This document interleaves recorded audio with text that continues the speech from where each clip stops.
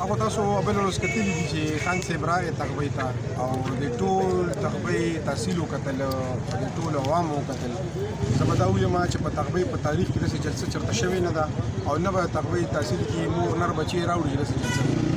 ځکه که تاسو کتلي وو زموږ یو 2 ورځې مخکې یم والا جلسه کړې بلکې یو ورځ مخکې د میلې ګراونډ کې چې د هغې ټوټل رقبه ده 10 کنال نو تاسو اندازه ولګوئ چې زمونږ جلسهګاه چې څومره ایریا وه هغه څومره وه د هغوی 10 کنال وه او هغوی به ټول ټال چې کوم دی 1500 کسان هم نه او دلته په لکاو خلک راغلي او په دې کې ډېر خلک چې کوم دی هغوی په ساو شوي وو ځکه چې روډ بلاک و ډېر زیات رش و تقریبا د شپې 12 بجو پورې خو روډ نه کلاوي دومره خو چې کوم دی په دومره تعداد کې خو خلک راغلي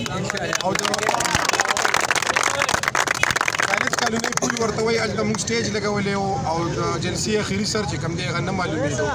او دومره جوک در جوک کې بوډاګان سوې زنانه سوې ماشومان سوې هر سړی راغلی و د خپل لیډر د دیدار دپاره د خپل لیډر د کتو دپاره د خپل لیډر د اورېدو دپاره او ښه په ګڼ تعداد کې راغلي وو انشاءالله تعالی دا زما تاسو سره وعده ده چې انشاءالله چې څو پورې موږ ژوندي په تغبۍ په تاریخ کې به داسې جلسه چې کوم دی بل یوه پارټي مو نه کړي او نه به یو انسان مو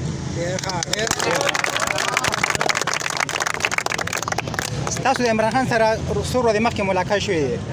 د هغې نه بس تاسو څه دغه دی ریاکشن زه تاسو دا ووایم چې خپل لیډر سره چې هغه لیډر سره زموږ ډېره مینه ده نن چې دا ماشومان او غټ ولاړ دي ټول دا چې کوم دی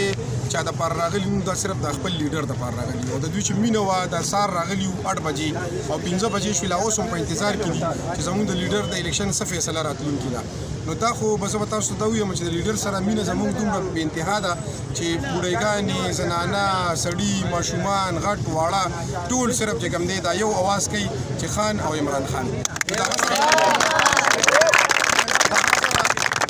زما ملاقات وشو هغه ما سره چې کوم دی ما ته شکریا ادا کړه نو به زه به تاسو ته دا ووایم چې هغه ټایم کې زه ورتلم نو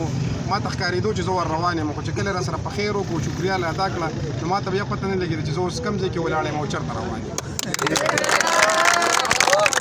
ډېره شکریه مهرباني